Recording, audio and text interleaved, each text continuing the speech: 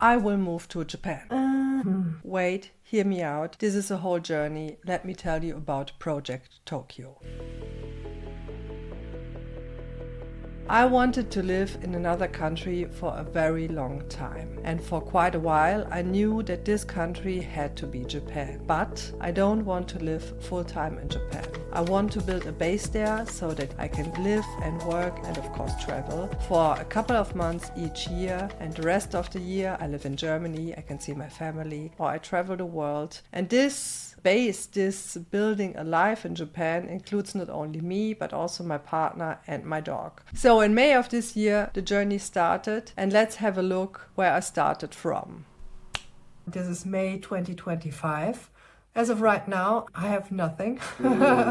So this is it for today. Stop, wait a minute. Project Tokyo consists of the following bullet points. The first one is finance. This includes getting rid of debt and save as much money as I need for my time in Japan. The second point is the dog. Getting the dog prepared for traveling to Japan and traveling back to Germany. Getting her through customs and making sure she's having a good experience. The third bullet point is language. I want to have a better command of the language and understand the day-to-day business. The fourth bullet point is formalities. This includes visa and all the formalities for renting or owning a house or apartment. Formalities, of course, are important. This is Japan. I'm a German. I expect the same level of ridiculousness and maybe even more, but I keep you posted. The last bullet point is moving and living in Japan. So moving with the pet and my partner to Japan. What do we have to think about? How will the move itself go? How will we live? And of course, where should we live? I imagine this bullet point will be more important for the later videos and maybe even for the beginning of next year. And this is when we enter crunch time.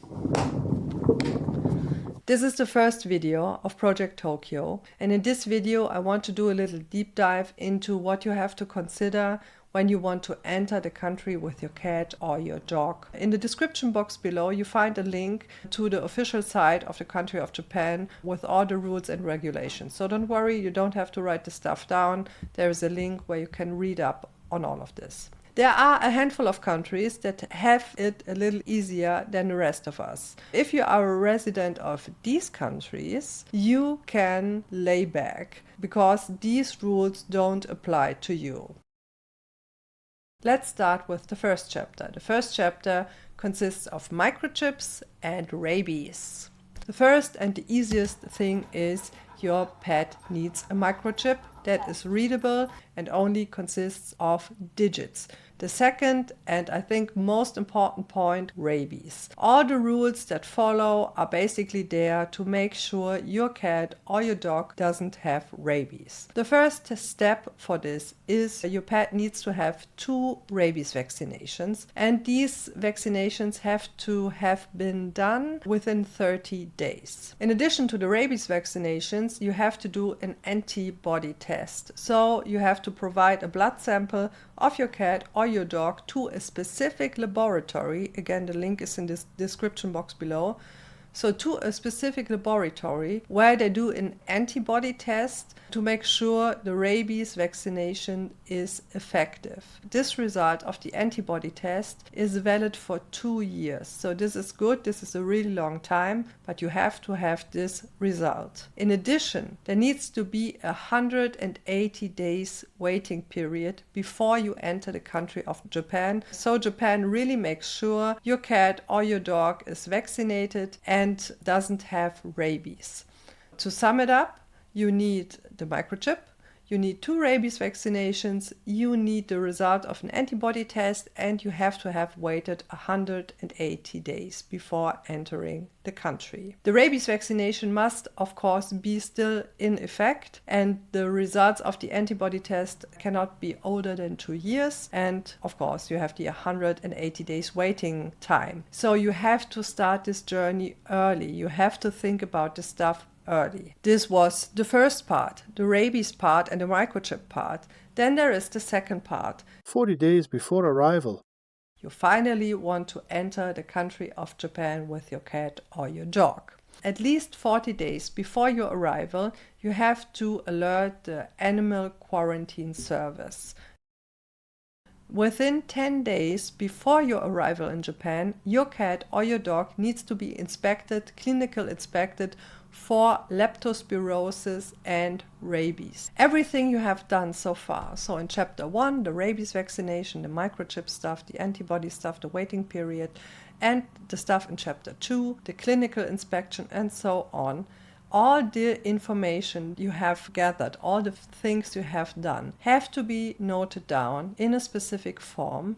And this form is filled out by your vet and then confirmed by a government-issued vet as well. So the government of Japan has a specific form when you arrive in which everything is noted down, and a government-issued vet has confirmed that all of this stuff happened. When you have this certificate, you can finally go to the airport, enter the plane, and go to Japan. If your cat or your dog needs to be in the cargo hold because it's so big, there are additional forms, of course, with the airlines. When you have your certificate, when you have dealt with your airline, and you finally arrive in Japan at the airport, they will look at all of this paperwork and inspect your cat or your dog. This inspection can take up to 12 hours and is also called quarantine.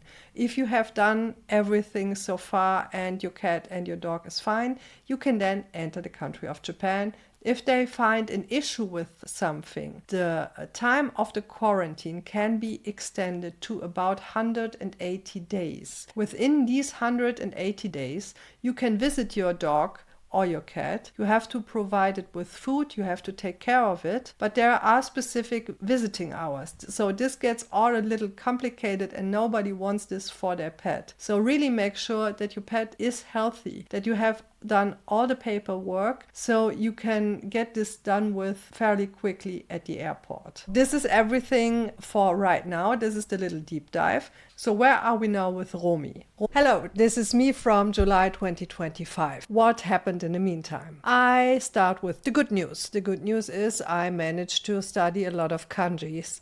Until now, I managed to learn about 1,000. I'm using the Heisig method, and for me, it really works out. I started to relearn the Japanese grammar I've learned so far and already had forgotten. I restarted that. So I have a good routine. Every morning, I do a little bit of Japanese. And then I went to the vet. And there, the mixed news starts. So let me get the dog. Romy, komm mal her zu mir. Komm her. Komm mal her, Schatz. Komm her, du musst einmal ins Video. So, this is the dog. This is the dog. This is the dog. So, this is Romy. We went to the vet. And there is good news and bad news. The good news is, I think I let her be. Oh, go back to sleep. So the good news is the dog is overall fine. She got the shots, the rabies shots. The bad news is, unfortunately, that she has really bad teeth. I already knew that, and I went to the vet also to ask for a professional cleanup. But my vet said, no, these teeth are not only in not good shape, they are in horrible shape. So she needs to get teeth pulled. And this whole operation, it is an operation. She will need to get narcose. She will need to get, let me Google this real quickly, anesthesia. Romy is a poodle. They have the superpower to get bad teeth very easily, and small dogs in addition also. And Romy is a tiny poodle, so she won the lottery. And I'm one of these mad pet owners. I already brush her teeth and I really look out for the food, but to no avail. There are a couple of teeth that are already wobbly and they have to be pulled.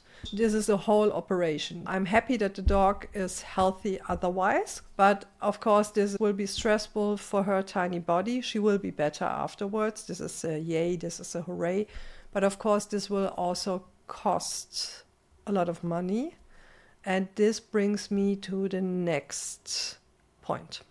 finances. I was able to manage to talk with my bank, and I got a loan to pay off all the taxes I have to pay, because the whole sum of the taxes I have to pay is a lot. So I got a loan with conditions that are really not that sexy, and my bank was really upfront with this. I have the possibility to, after 6 months, to pay up all the rest that is still open if I'm able to. And if not, I just have to pay high interest rates for about a year. So I will do my best, gambatte, to earn a lot of money in the next months.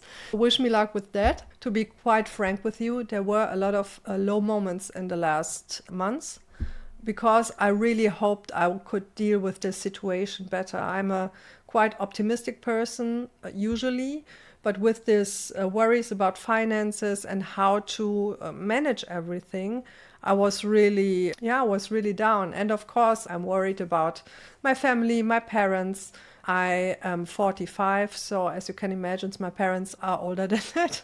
And I worry about them, of course. So this was a real mixture of, is everybody fine? Can I take care of the dog? Is my partner fine? And what is with my finances? And then last but not least, a huge part of my life is, can I do my creative work? And this was not always easy to juggle. And for those of you who have families, I feel for you. I cannot imagine what you're going through when you have low times. But yeah, I think this is part of life, and I'm really grateful for all the stuff I have. So I'm really grateful that the bank helped me out, because to be honest, I didn't think they would. I'm a freelance artist, and so I'm not the most desirable person for them, but they did, and I'm really grateful for that. I'm really grateful for my little tiny dog. I'm really grateful for my partner, and I'm grateful that my parents are holding out. And I'm grateful for this big vision I have for having a life in Japan. So this is something that carries me through these low parts as well, because I know I'm doing this with a goal in front of me. Okay, this is the state of affairs right now in July of 2025. I will keep you posted, I think in about a month or two, with an update about what happened. What is planned for the future? I want to enroll in a Japanese language course in autumn. We will have the operation for Romy. Next time I will tell you more about the possibilities regarding visa. My plan is to have the ability to work while I'm in Japan. I have a lot of cool ideas for projects I want to continue working on while I'm in Japan, especially when I'm in Japan. There is cool stuff coming, wink wink. So I will talk the next time a little bit about the visa possibilities and keep you posted. What happened, what wins, what losses. And if you have any questions in the meantime, let me know. And if you have any tips, recommendations for language learning, for traveling with pets, if you traveled with your dog long distance, and what recommendations you can give me, because it is maybe ridiculous, but this is the biggest concern I have. My biggest concern are not the finances or the language skills, even though I'm not a language wizard nor a finance wizard, as you might have guessed. But the biggest concern is about Romy, because I want her to have a good time as well. If you have recommendations for traveling with dogs, flying with your pets, and of your experience with customs when you enter foreign countries, I really appreciate every recommendation, every tip you have. And this is it for now. So this is it for today. I see you in the second episode of Project Tokyo, or in the other videos where I tell you an uncanny story about the place you can travel to. Thank you so much, and see you next time. Bye.